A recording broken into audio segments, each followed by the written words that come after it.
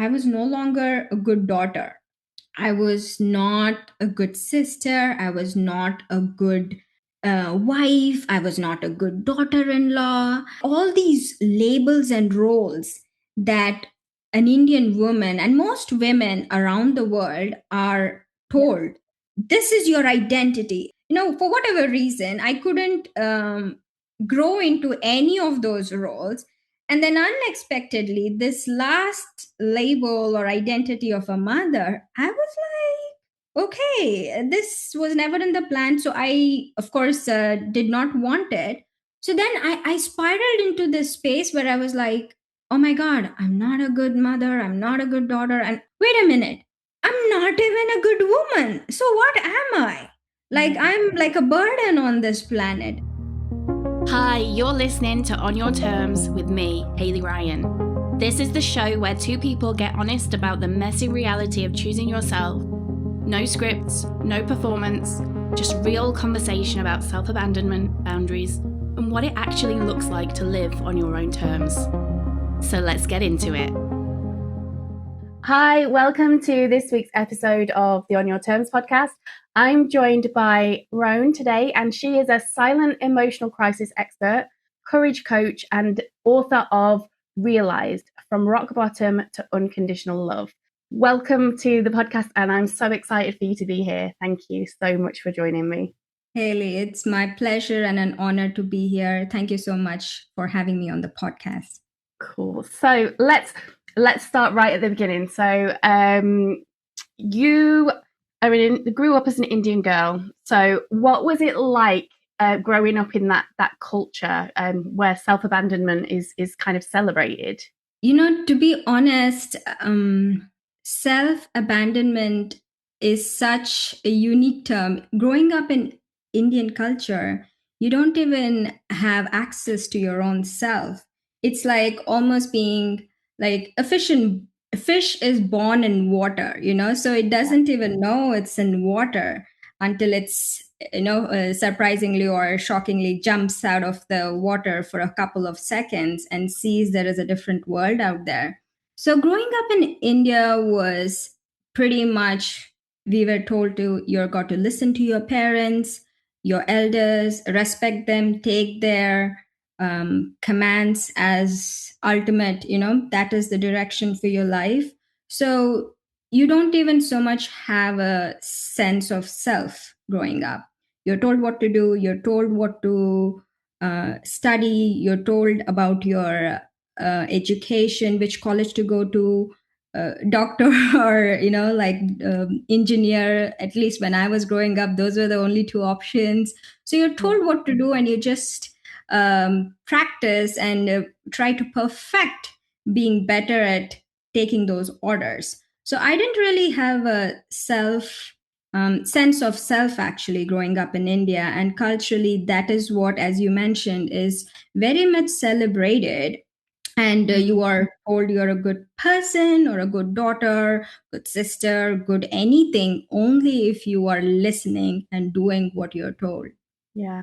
So for you, it's just completely normal then, because everybody else is doing the same thing because it's a cultural thing. You're all just kind of going along, like you say, with the family expectations, with the career expectations, and just kind of almost going through the motions, I guess. Yes, you're just going through the motions because that's your normal, that's Mm. the norm, and that's the culture, that's the expectation.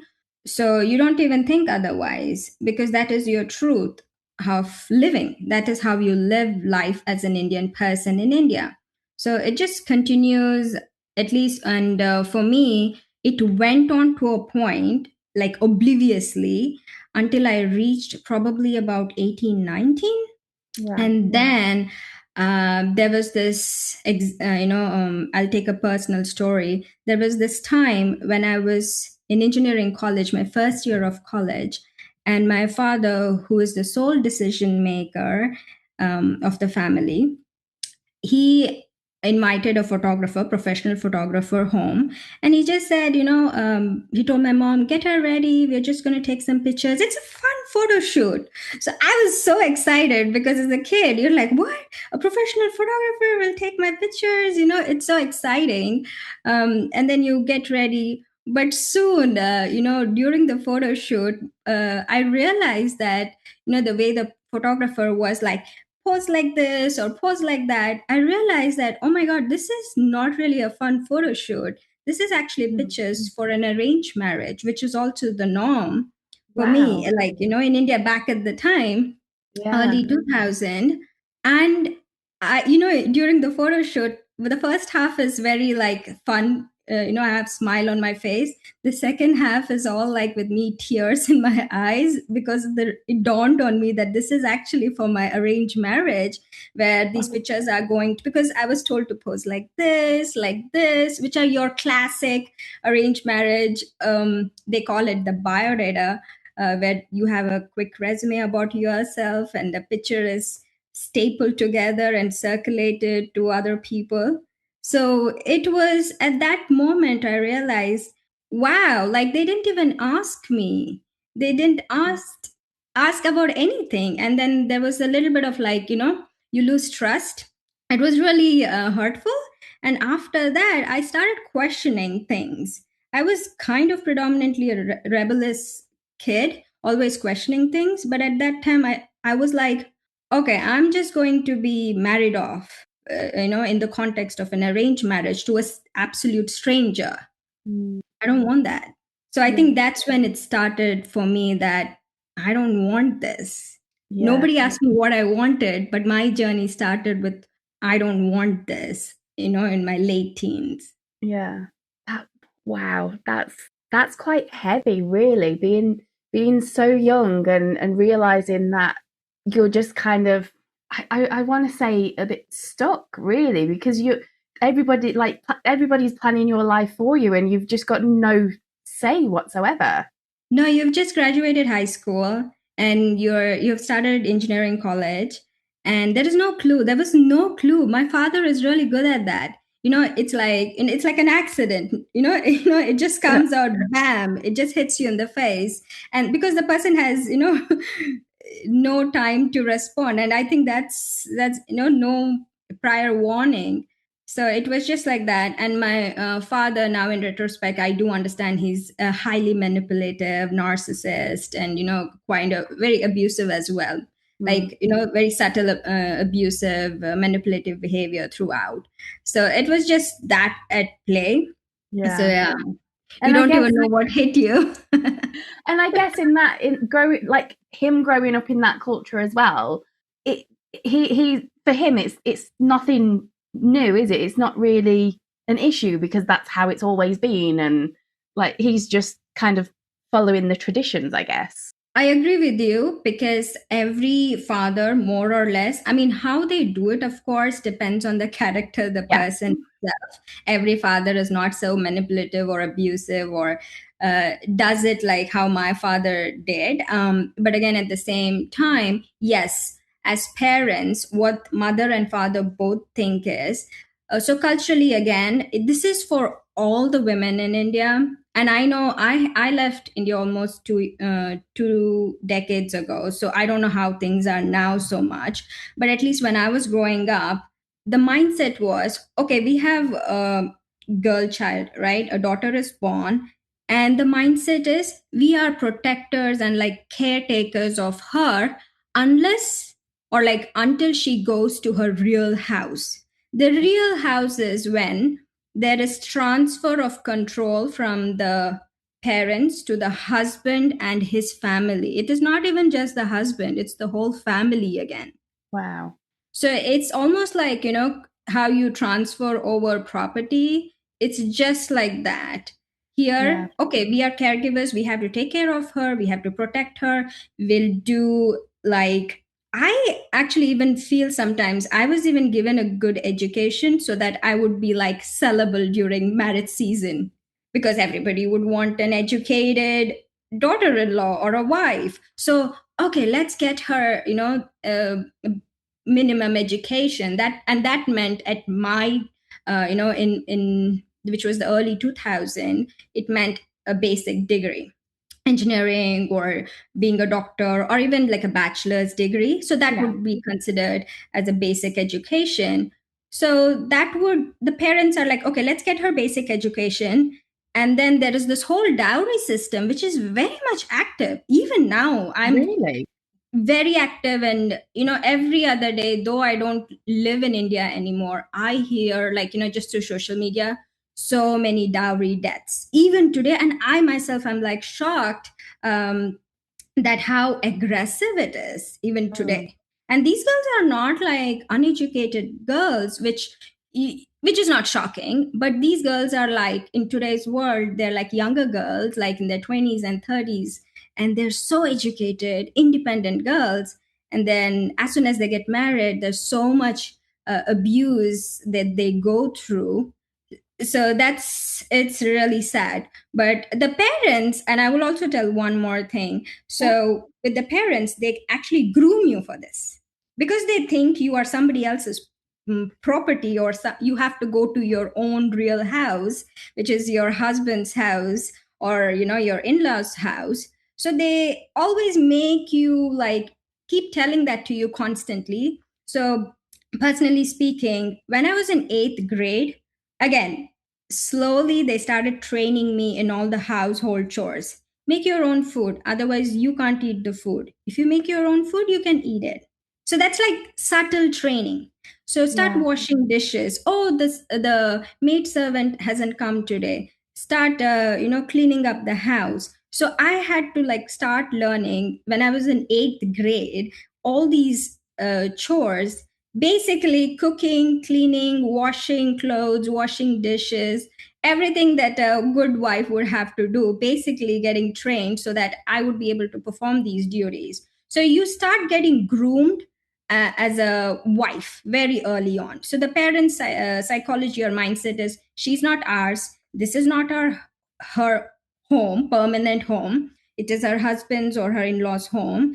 So we really never get a sense of, this is my home, fully, I'm saying, because this is constantly told to us. Yeah. And then you grow up, and then you are actually groomed even for abuse, because as you kind of sensed, it's the culture. Everybody is doing this. This is the normal. So what makes you so special? So even as a girl child, I never questioned it. So Yeah. everybody would say, and we would see marriages around, right? Like my own parents' marriage is a very abusive one, like emotionally very abusive, not physically.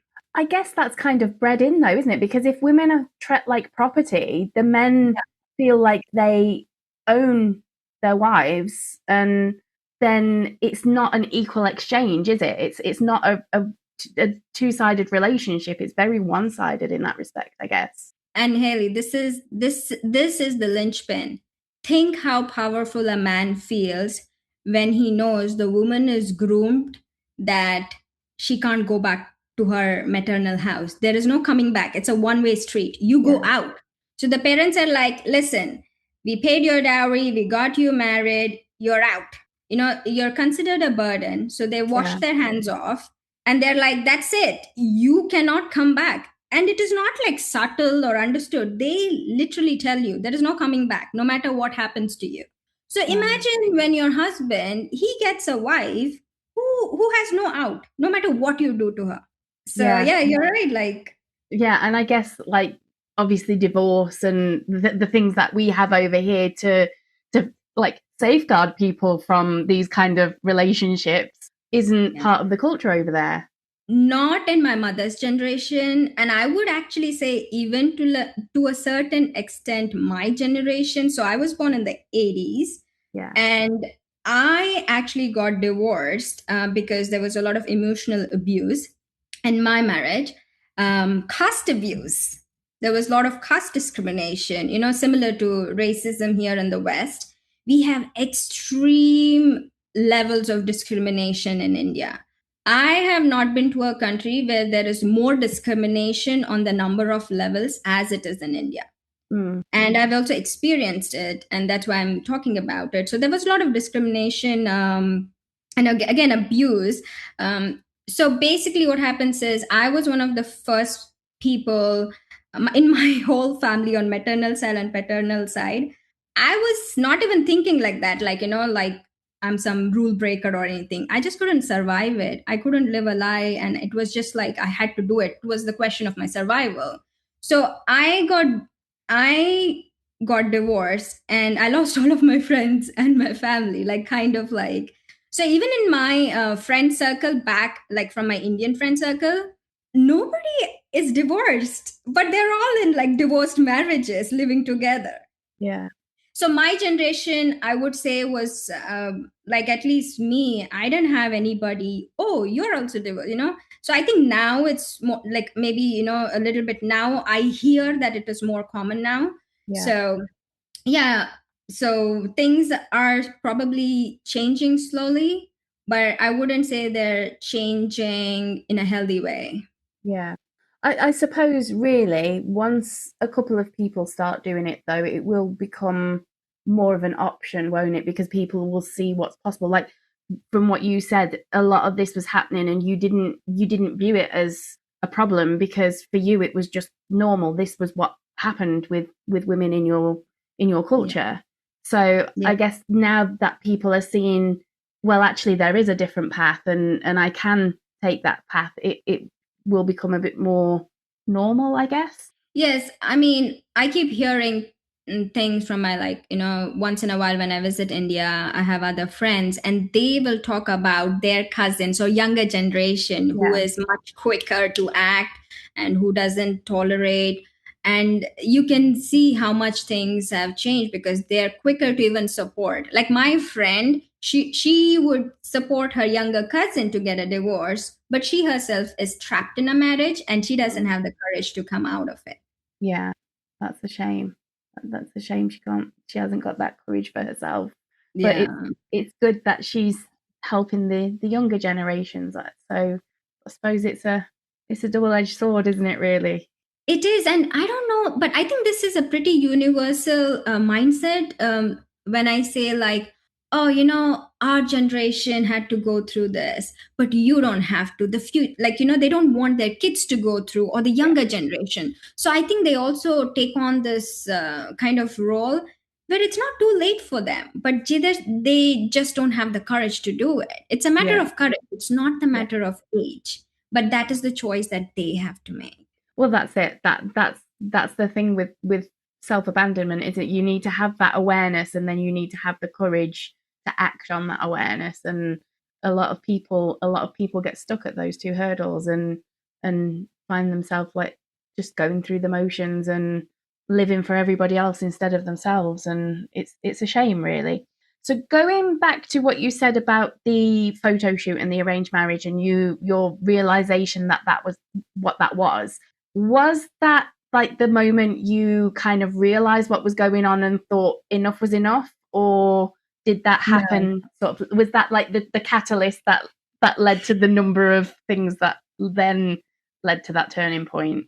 Yeah, it was like that crack in the wall where I was Yeah, like, wait a minute. This man is just writing my whole life here in this moment. He just thinks, and again, I'm using very different words than I would have, used back in the day because I couldn't even probably understand, except for being like, as that girl, 18 or 19-year-old young adult, I just felt betrayed by my parents, especially by my yeah, father, the way he was, the person he was becoming now to get me married off. And that was just the starting point of, like, it really created like this distance and saying, like, okay, he's not this loving father that I knew until this time. Now he's become this ugly person whose only goal in life is to get me out of the door. And then that started, and I think that is when, I had a job. I was working in India, and you know what, I realized every decision I would take on my own, he would make me pay a very heavy price for it. I'll give you an example.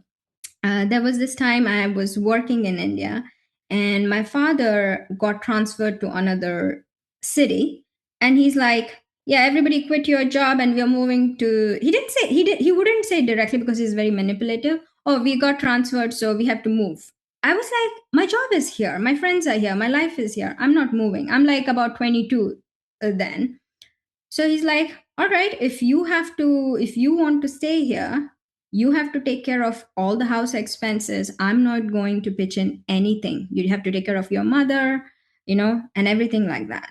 So I didn't have a lot of salary. I mean, it was just, a small amount, but 70% of my salary was just taking care of the house and responsibility. He's like, if you want to take decisions, because in his mind, I wanted to be the man and take decisions. So now I had to bear the responsibilities. So I felt like he made me pay the price, or, teach how, oh, you want to take decisions, this is the price you have to pay. But I think in retrospect, it was not nice what he did, but it kept pushing me to take more decisions. It backfired, I would say, because next, what happened was this arranged marriage thing was like full blown. Like as soon as I finished graduation, it became more aggressive. People would come. I didn't even have the choice, Haley, to say, like they wouldn't even show me, okay, this is the family, this is the guy, this is the picture of the guy who is going to come and see you. Right, they would, the guy's family comes to your house and sees you with the family. They Yeah. wouldn't tell me anything. They would just say, somebody's coming to see you, get ready, and that's all. Like So they you did. wouldn't know until they turned up at the house and you No. were basically put on display. Yes. And my father became a very, very ugly man during those, that whole experience. Because I remember there was one incident when there was this, I got ready, I sat in the living room, and this guy comes, this tiny little man comes into the house alone, and he sits, he has no confidence. He's not talking to me. He hardly can speak a few words, and he's just like, it was so awkward for that half an hour. And he just, after that, he left. And by that time I had finished my education, and I think I was working also. I got so angry because this guy was not even fit for the viewing, Mm. if I can say that. And also, you have to understand, in India, because I'm also very Indian and cultural at that point, everything is analyzed based on, like, okay, if I'm an engineer, I would love to meet an engineer or a doctor, right? Yeah. This guy had some diploma in textile, and he had like zero confidence and nothing, like he couldn't even speak. He had some nonsense job which I didn't understand. So basically, you can say, at that time I was really judging him, like, okay, he's not even fit to talk to me, like he's not even an Yeah. engineer. So I came out at my dad and I said, why would you invite him? He's not even an engineer and he's not even able to have a conversation with me. Haley, my father looked at me and he said, your job is to get dressed up and sit. I do not care how you feel, and I will decide, and it will be my decision. And no matter what, any man can come and see you. Wow. Wow. Because that's that's crazy. So it's not even like you say, in a Western culture, that you would be classed as the breadwinner in that situation. You're the one with the professional job and everything, and you would be expected to marry a man that's below you, but that man then has possession of you. Yeah. That's And I remember very naively, before I graduated engineering and got a job, because I was bought into, right? Because I was like, okay, my fate is arranged marriage. So I yeah. remember asking my father very naively, Dad, will I work after I'm married? And my father just looked at me and he said, very nicely, well, if your husband allows you to do it, then maybe you could. So yeah, any man can come see me. Any man can, claim my hand. Or if my if my father says, okay, yeah, he could marry me, and then also he gets full possession, and I have to do exactly what he says. Wow. So that is what you're groomed for. Yeah. So tell me, how is abuse not already in the fine print of the situation? Well, it is, isn't it? It can't not be. If your sole life up to that point is geared around being married to somebody that your father chooses for you, Yeah. and they have full control over you and what you do, and even the fact of whether you're allowed to work or not.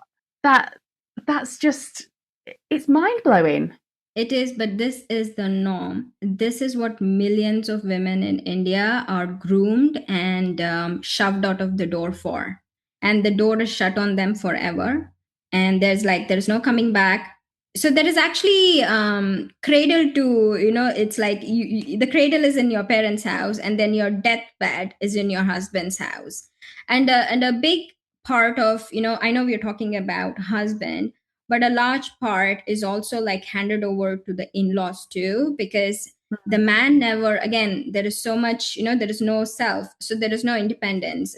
A woman typically, for most women, goes into the family home of where the man is living with, which is kind of with his parents, not in an independent home.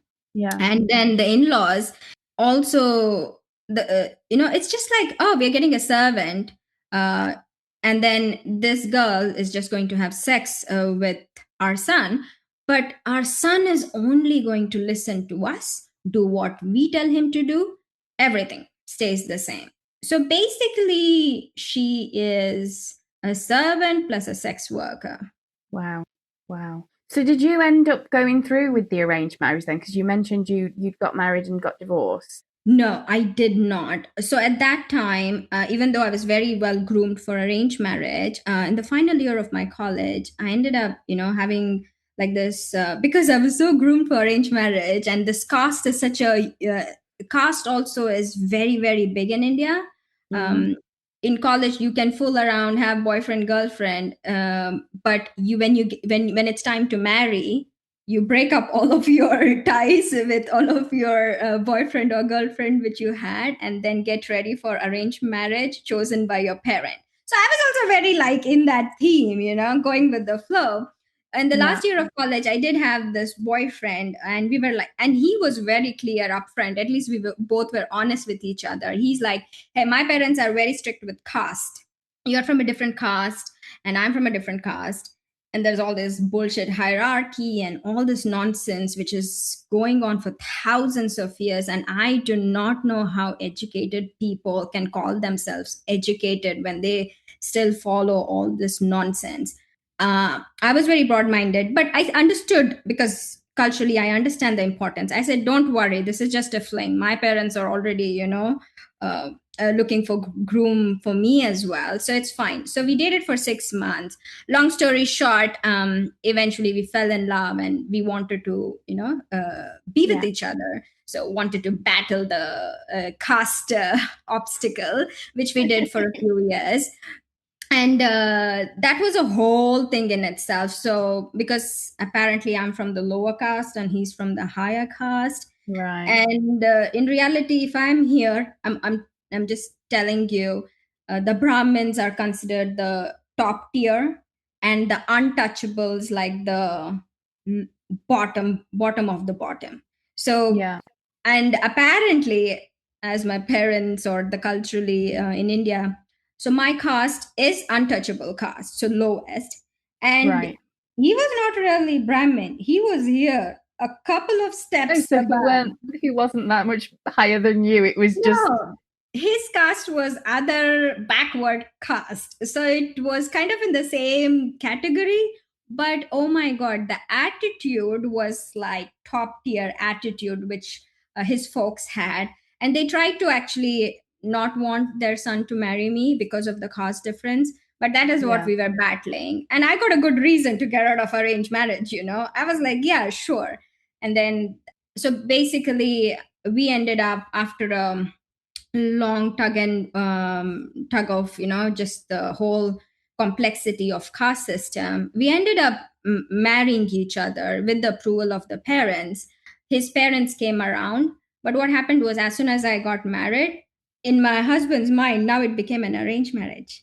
It switched for him, which Oh. I didn't realize was going to happen. But for him, You- he's like, yeah, it just switched. I don't know what happened in the first couple of months. In his mind, okay, my parents agreed, so now it goes back to being an arranged marriage, meaning my parents are going to ill treat you, you just have to take it, like everything same. So that's what happened. His parents started mistreating me, and because they were never really okay with the caste, Yeah. eventually the poison started spilling out in a few years afterwards, even though we lived in US. Whenever they would visit, whenever I would visit, she would want to control me, and she became the mother-in-law became abusive, the father-in-law, like this whole dynamics of very toxic in-laws. And the son, boys in India, at least my generation, are total cowards. And actually, even now, I would say the thing, I haven't seen anything otherwise. Yeah. um, and I can definitely talk about Indian men not being able to stand up to their parents and have an independent voice. And they don't want to do it because it's a man's world, everything is entitled to them, everything works in their favor, so why would they fight for it? Yeah.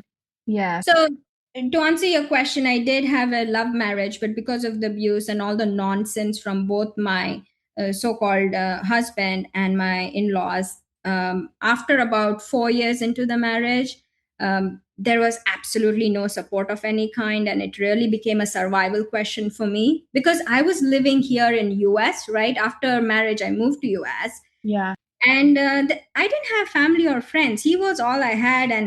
And when you have no one, I mean, when you don't even have your husband, you have no one. And then you just become more aware and saying like, I started developing a sense of self, you know because I had no other option. And actually, I think it's great when you don't have people around. It's very quick, it's like on a fast track. And I was and I'm a very courageous person by nature. I love speaking the truth no matter what the cost is, even though it might be a little bit slow, but eventually I speak it. What is Yeah. wrong is wrong. um, so I think it fast tracked, because I didn't know people divorcing anywhere in my universe or my world, but I was like, no, I'm going to do it because I have to live. I can't live this lie anymore. So yeah, and that's what happened. So what happened then? Because obviously, like his his family wouldn't have been happy. I'm guessing he wouldn't have been happy. You couldn't go home to your parents because they'd like passed the Yeah. baton. So what Yeah. what did that mean for you then? So basically, my parents were actually even more meaner. And I think this happens to all the girls who take a decision that is not in alignment with their parents, meaning not have arranged Yeah. marriages. They say, well, you made your bed, sleep in it. Don't tell us anything about it. So I lost, like, I never had the support, but I was like, okay, I can't, okay, there's nothing coming from here. My friends, I had a few friends in India whom I would talk, and they were like so shocked. Like for them, divorce is like what? Like it was such an alien concept at the Yeah. time in the early 2000s. So they just stopped talking to me because she is dangerous. And then I had a couple of colleagues where I worked, but mostly it was American colleagues. Um, so I had a mentor, and she tried to talk some sense into me.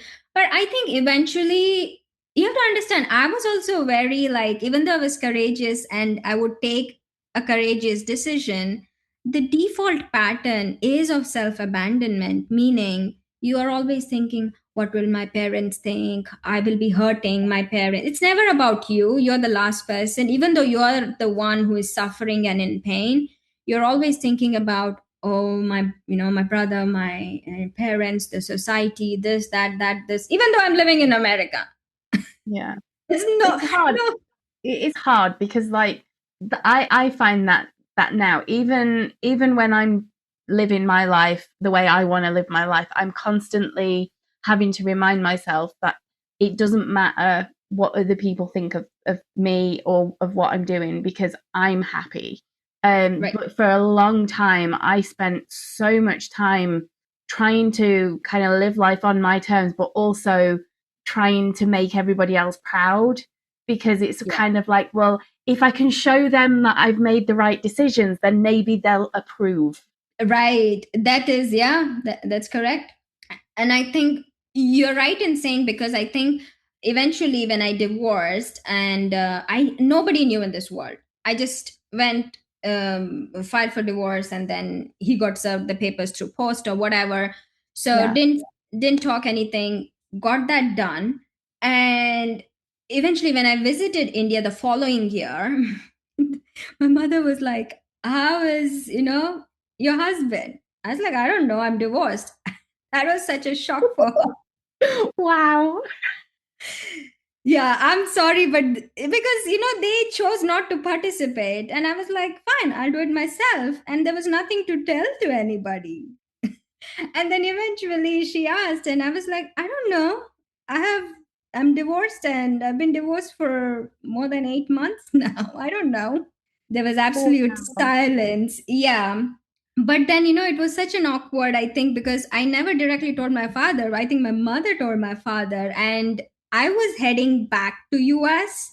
I was about to take my flight. So a couple of days before, uh, Indian families are not great at communication. Mm. So my father indirectly was like, never come back here. I have enough going on here with your other family members and everything. I don't want you here ever. I said, it wasn't Wow. even on my mind. Great. I mean, I didn't say that, but it really wasn't even in my mind to be going back to US, because I had a solid career in US and I was established. So when he said that, it did sting a little bit. But since it was not in the plans for me, I was like, yeah, whatever. So yeah, I came back to US. And you're right, with what you said, just like, I hope they can see it, like he was, because it was happening all the time. It was not that they didn't know. But yeah, the toxic culture, and again, the abuse is, the girl is told by the parents also, Haley, to take the abuse. She's almost sent back and said, no matter what happens. And I think my father, a lot of times, even though I shared stuff, he used to just please my in-laws even more.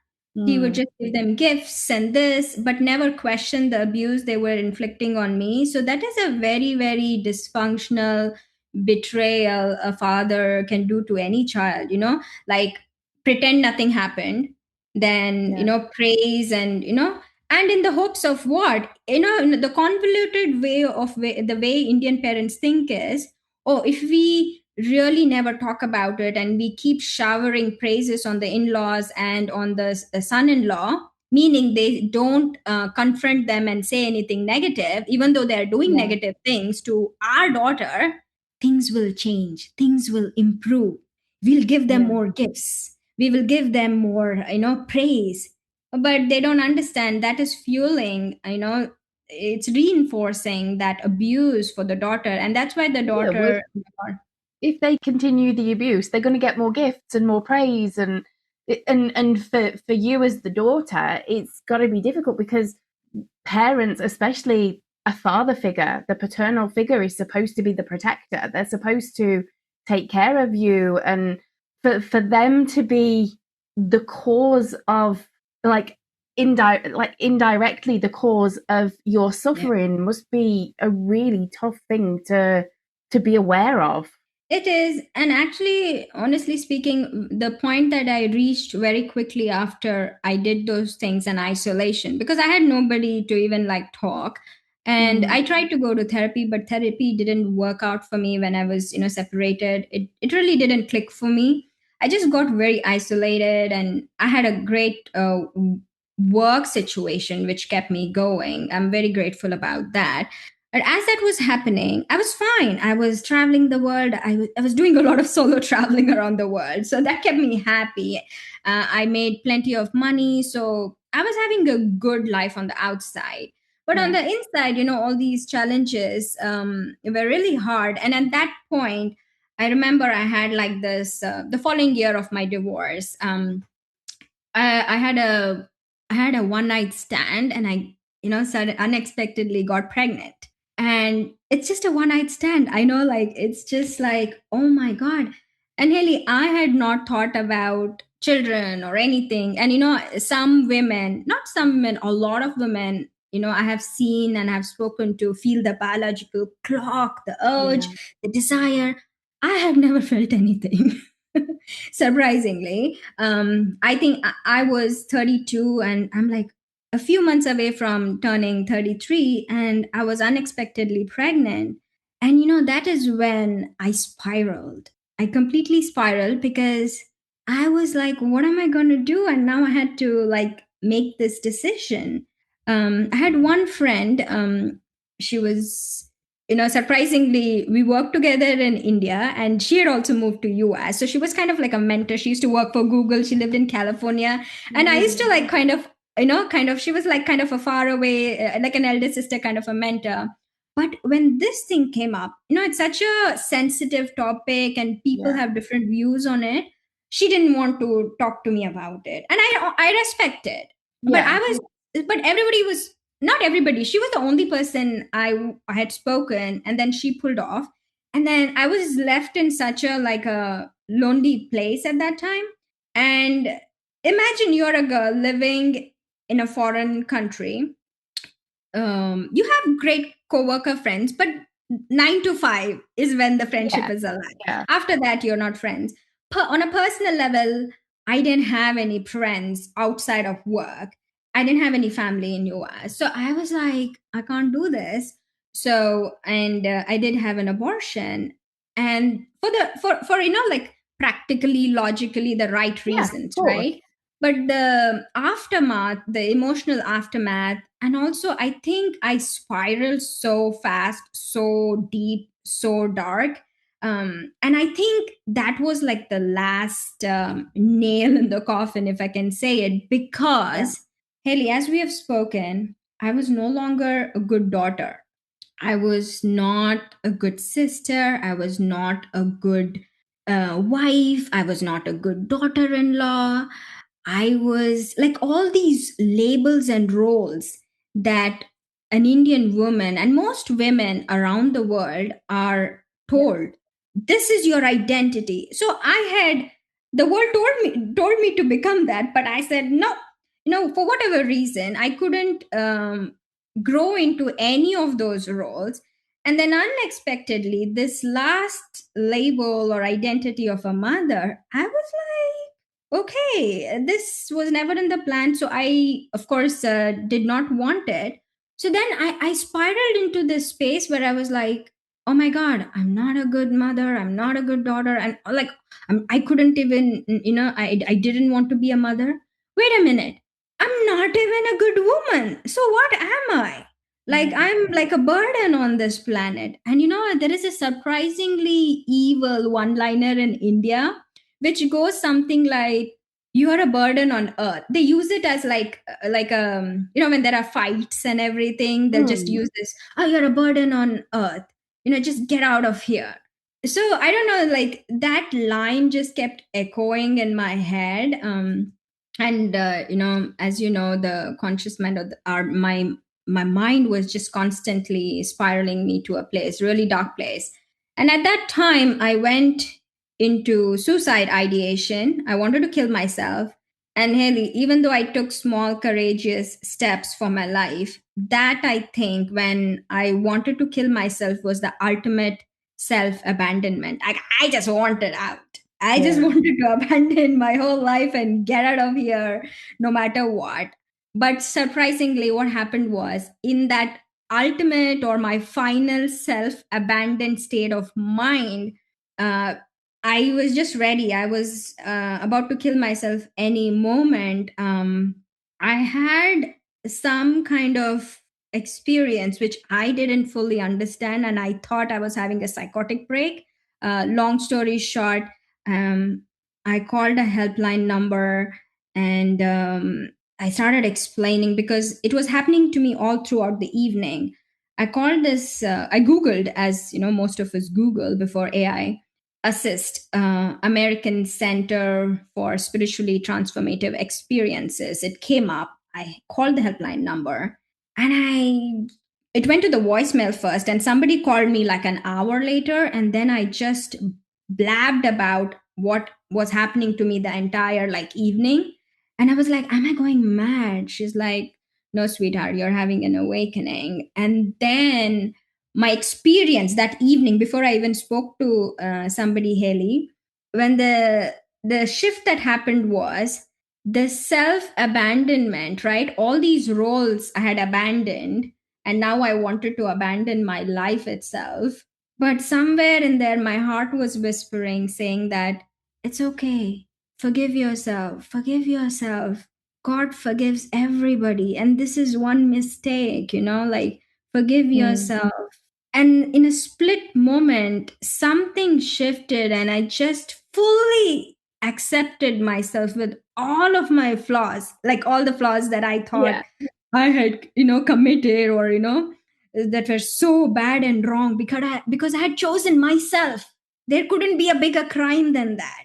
So in that split second, self acceptance, and fully, not even just unconditional self acceptance, it just took over me. And it was such a blissful, such a happy, coming home kind of a feeling for the first time in my life I felt.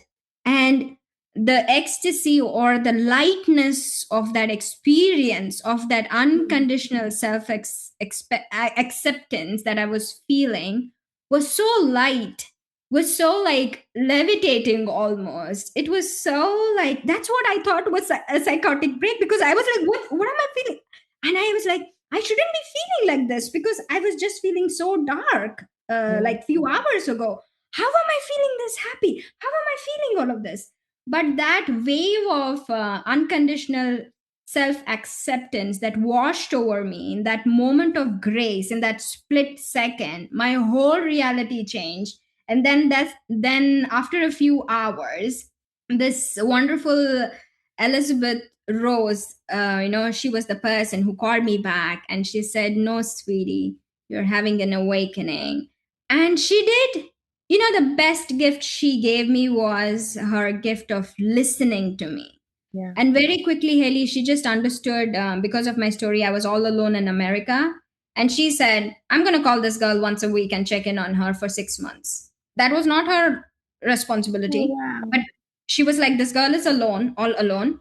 And I think she had enough experience, like, okay, you Yeah. shouldn't be probably all alone. She checked in on me once a week. And I know everybody has different experiences. I usually say, if there are 8 billion of us, there are 8 billion paths to the truth, and our awakening, us becoming conscious to unconditional love. Mine was just unconditional love, and it was so like light and very like happy feeling for me. I stayed in it for almost a year. I was just happy, like high on happiness, Just high able on to self shed, acceptance. yeah, just able to shed all those labels that everybody else placed on you that you didn't want but thought you needed to have. Yes, I was like, wait a minute. Yeah, this is just, because I think I had that moment of realization, and I don't know how else to say it. But Haley, I just remembered that. Wait a minute, I'm just wearing this body as this, Calvin Klein dress here this time. Next time it's going to be some other dress, some other dress. So I had this realization that I I realized my true nature, that we are spirit having different bodies for different lifetimes, and like just that. Yeah. So that was huge. And after that, I was like just happy, and just like, such compassion for myself. Yeah. And I was in awe of my journey and my courage. And I say this to myself every day. And I say this to all the people I work with, no matter which context I have a client. I say this: you have to be in awe of yourself every day. Yeah. So, our first obligation is, we are playing host to God, that little spark of life that we have in us, which we Yeah. don't know when it comes, we don't know when it will go. So that is God. So we are playing host, and we have to be the best host. Yeah, I agree. I agree. We're all here to experience human life in the form that we're in, and we need to live it as ourselves, as we are meant to live it. And if that means, like you did, being courageous and walking away from labels that and expectations that other people have put on you, then that's an amazing thing to have done. Yeah. And it's funny because you realize, all right, the reason, everybody has such great expectations out of you is Yeah, because you are being useful to them. yeah, If you are self-serving, which is basically you're serving the God within you, then you cannot be of use to your parents, to the society, because now you're not listening to them. You are not obeying them. They cannot manipulate you, control you, utilize you, and we live in a world which, where human beings are used and things are loved, unfortunately. yeah. Yeah, so that was huge, yeah. That's amazing. And all of that led you to what you're doing now, I'm guessing. Yes, all of that has led me here. I mean, it's been a decade since my awakening. Yeah, I wanted to write my story until the night of my awakening, because after that night, it just felt like a story of some other girl. Because in yeah, that split moment, I started a new life. So, but a lot of people share their stories, and I just wanted to be one of those people, because growing up, I didn't have any human role models. Books were my role models, so I didn't force it. I couldn't write it actually. For strangely, even though it's a memoir, meaning you're writing your own story, and it took me a decade. I was, when the words started just pouring out, and I've written about all these stories, which slowly, it's a courageous story, but it happens very slowly. yeah, And self abandonment is replaced with unconditional self acceptance in a moment's grace, so spontaneous spiritual awakening. And I have met a lot of people, Haley, who have had, like, I met one girl once from Canada. She said she read a book and she had her awakening. I was like, wow, yeah, that's very easy. And for some people like us, it's hard. Everybody has their story. So I wanted to put it out there. And today, one of the reasons I also do the work is silent emotional crisis. Like, on the outside, nobody could tell I was struggling. And as you know, Haley, like, so many actors, celebrities, and again, only though their stories is popular, but most of us, the world we live in, we are all suffering and in pain, because I feel like we don't know our true nature. It's like you're doing something without any context. yeah. And when there is no context, everybody is manipulating you and making sure you are doing things for them instead of being authentic and living your own life on your terms. Yeah, and when you're trying to be everything to everybody else, when you're overgiving and you're people pleasing and you're overachieving, when you decide that you need help and you ask for it, everybody's response tends to be, "Oh, she'll be all right. She can handle anything." And Oh it's my because they're God. Yeah. never there for you the way that you try to be there for them. Haley, I can't tell you how true, and I'm so glad you said it. Even now, because people think she's strong. Yeah, It costs us care, it costs us somebody checking in on us, right? And I will tell you, Haley, even today, I have friends, but they just think I'm strong. And but you're still going through the human experience. You have your grieving moments, your losses, your pains, the hits that you take in life. Yeah, you're aware of it. But you still need support. You still need somebody to hold your hand and be there for you. And because, yeah, we are spirit, but we are still having a human experience, and the yeah, human experience calls for support, community, at least one person. Otherwise, I did not have even one person in my life, and then I I know I was ready to take myself out of this equation of life. I wanted to take myself out. So And I didn't even have, right, the context. Like, I didn't grow up in India knowing about stuff or anything. It was a very Western kind of mindset that I was a city girl, very cosmopolitan city, Bangalore. So you just, education is the focus, career, ambition, money, all this other cultural nonsense. There's nothing that was taught to me, at least that is my experience. So there are no tools. Yeah, so that was very challenging. And I think being strong is just like, it's a mechanism, isn't it? Yeah. It's just a survival mechanism. Yeah. Yeah. And I say that the only reason we became strong is there was nobody else out there helping us. Yeah, So what option did we have? we had to do it because nobody else was going to be strong for us. And it still bites me in the it still bites me in the back even now, even with the friends I've known for like 5 6 years. I'll have something going on and I'll be like, why didn't you check in? I was struggling. Oh, you're so strong, you're so You great, didn't you're realize so you seem like you just had everything under control. yeah, yeah. It's crazy. So, what advice, if you could go back and speak to that younger version of you, that younger version of you who like didn't even realize all this self-abandonment was going on, didn't realize she was being groomed to get married and basically be the perfect woman, what would you say to her if you could go back? If I could go back, I would tell her that you have to question everything, no matter where it's coming from. I know it's hard. I know it sounds hard, and it's easier to talk as an adult, because as a child, you just want to believe you can trust your parents. Yeah. They want the best for you, and they got your back. But I think I would tell the younger version of me to be more courageous, and also, like, the time you give somebody the benefit of love.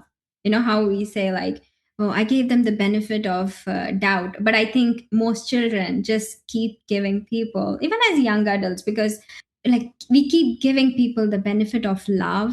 I think the duration should be definitely shorter. I can't disagree. I can't disagree. Yeah, like my ex-husband, the it was 10 years from the day I met him from my divorce. It was 10 years. And I wish, it was much, much, much, much shorter. And yeah, I think courage is huge. So I would tell her that be more courageous, be more courageous. I wish she had been more courageous. She had the, I mean, again, nobody teaches you, but discernment is so huge. Yeah, it is. It is indeed. So those are the few things: being courageous, being discerning, knowing who to listen, and act on your heart, actually, right? Because you always know it, but it takes us a longer time. Yeah, whether it's that sort of tension in your shoulders or the tightness in your chest, your body's always trying to communicate with you and let you know when something's wrong. So it's so important to listen and know what them sensations tend to mean. Yeah. It's hard, right? Like nobody teaches you. Even as adults, we just see other people and we are learning everything on our own. Yeah. So giving advice is like, to a younger person, it's just like, I think keep it very plain and not go too deep into it. I would be like, you got to question things no matter who it's coming from. You got to be courageous. I you know It's just courage that keeps moving you forward, no matter how it looks like for different people, because courage can look very different for people depending on where they which culture they're part of, what situation they are in, and what they're going through. Courage can look very different, but as long as they're like, this is the best I can do in this moment, and just keep doing that more often, and also detox people, Like, don't eat unhealthy things, right? We say that. Don't have unhealthy people in your life, even if it means your parents. Today, I don't have a relationship with my parents. Yeah. So And I bet your life is richer for it now as well, isn't it? I don't know if it's richer. It is definitely more real and truer. And that's all we can ask for. Exactly. Authenticity speaks a lot. There is a price we have to pay, right? And Definitely. you got to keep paying it. And my commitment is, no matter how high the price is for authenticity and living the truth of my being, I'm going to pay that price. Yeah, I love that. And I love how courageous you are. And thank you so much for sharing your story with me. If people want to connect with you and find out a little bit more about what you do, where can they do that? Do you want to tell them a little bit more about what you actually do and how you can help them? Yes. Haley, first of all, thank you so much. This has been, an amazing conversation. I love how you knew a few things culturally, because I'm pretty sure culturally there are patterns which, Yeah. you're aware of. And to go deep and pull those stories out so that, people listening, our audience can get value and just understand that even in those small moments shifts can happen. You did a great job of that, so thank you Thank so you. much. And yes, to answer your question, my book Realized, from rock bottom to unconditional love, where I talk about the first 33 years of my life. It's just a very simply written memoir, and it just came out. I published it, and it's on Amazon. Realized by Rohne, my name Rohne. People can find that book if they loved a few stories we spoke about. That memoir just goes into everything for the first 33 years of my life until my spiritual awakening. And some of the feedback I've gotten is, it's like people have gotten hooked and couldn't stop. They just want to know what happens in the next chapter.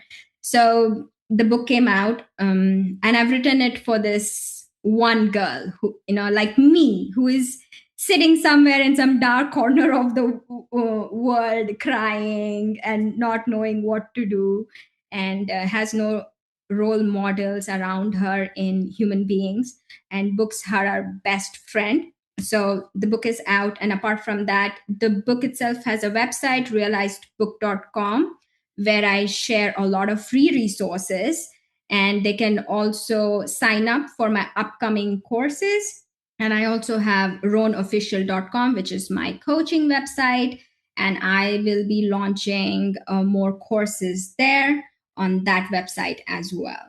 Amazing. And I am going to be going and grabbing that book to have a read myself, because I I need a podcast that's longer than an hour, because there's so much more I wanted to speak to you about that I've just not had time to do. So I'm going to go read this book and find out more about your story, because it's been absolutely fascinating. And I love hearing about cultures outside of my own, because it like I'm aware of a lot of things, but it also teaches me a lot of things, and there's a lot of things that I didn't realize were happening as well, which is, it's always good to learn more. But I will put all those links in the description anyway, so for those listening, those links will be there, clickable, including your social media as well. So I'll pop them in there as well, so they can connect with you even if they just want to chat, because their stories are very similar, or just connect because something resonates. Absolutely. And that is what I encourage, because, connecting is very, very important. We are not alone. We were never alone, even though we were told, and life experiences kind of isolate us. We all need help. And that is why I'm doing this work now, because I could have stayed cushy in my corporate job, but I wanted to see if I can help one girl out there, one person out there who is not going towards that suicide path and ending their own life, because they just can't make sense of their life, and they're in like the silent emotional crisis. Yeah, community is definitely everything. One of the main things I've realized doing this is there's a lot of women I've spoke to that have been in a similar situation as you, where they've got to a point where they've considered ending their life, and that's been what's pulled them out of it. And that's the main reason I wanted to set up this podcast, is to show people that they're not alone, and there are other women out there who are going through, even if it's not the same thing, they're going through something similar, and allow these people to connect with each other so they can build those communities and have the support around them that they need, because that, like you say, that support is so important. Yeah, and I'll tell you one surprising thing. When I was working during my silent emotional crisis, I was telling you, I was traveling the world, I was spending money, I was buying things, I had the money, but I didn't know. I tried therapy, didn't work. But I didn't know about coaching, and I could go somebody and they'll help me. If I had known, I would have taken all my money that I was spending on all these useless things. And there is no awareness, there is no education, I didn't know enough. So that is one of the reasons, especially people with money, meaning people who are spending it on all the wrong places and wrong things. Sometimes they don't even know that I can deal with it in different ways. Coaching can be helpful. Talking to somebody who's been there, done that, can act as a guide and pull me out of this state of whatever state they are in. It can be helpful. Oh yeah, definitely.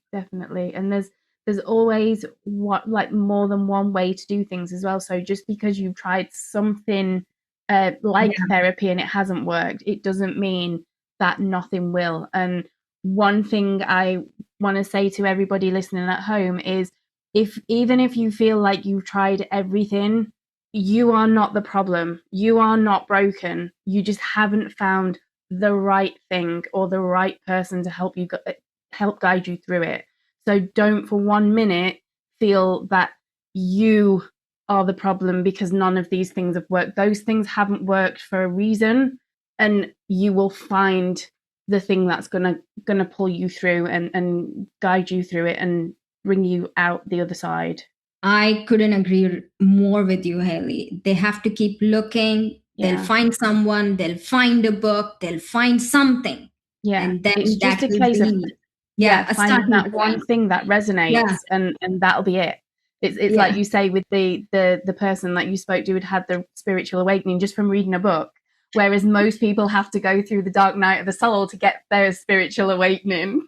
So different things work for different people, and just because you haven't found what's worked for you doesn't mean it's not there. So please don't give up. And if you are feeling in any way that you want to give up and end your life or anything like that, please get help. Please speak to somebody, because there's always somewhere to go. And it would be such a shame if your life was cut short because you just didn't have faith that you can make it out the other side. Yeah. Okay. And on that note, thank you so much for coming on and telling me your story. I have loved every single second of it, and I can't believe we've literally been about an hour and 15 minutes. And I've loved it. I think you've got such an interesting story, and the courage that you've shown to pull yourself through is amazing. Thank you, Ellie. No, you were right. It goes so fast. And it's funny. And thank you for saying, the reason I even call myself courage coach is because a lot of times I would share my story and people would be like, "You're so brave," or "You're so courageous." And I'm like, you know what? That's what I'm going to call myself. Yeah. I think it's a good one to go with, a good title. Anyway, thank you to everybody who's listening, and I will see you next time. Don't forget to go and check out Rohne's book. Thank you, Haley, and thank you everyone for listening. Thank you so much for tuning in. I know these conversations aren't always easy to sit with, so we really appreciate you sticking through it. We'll see you next week.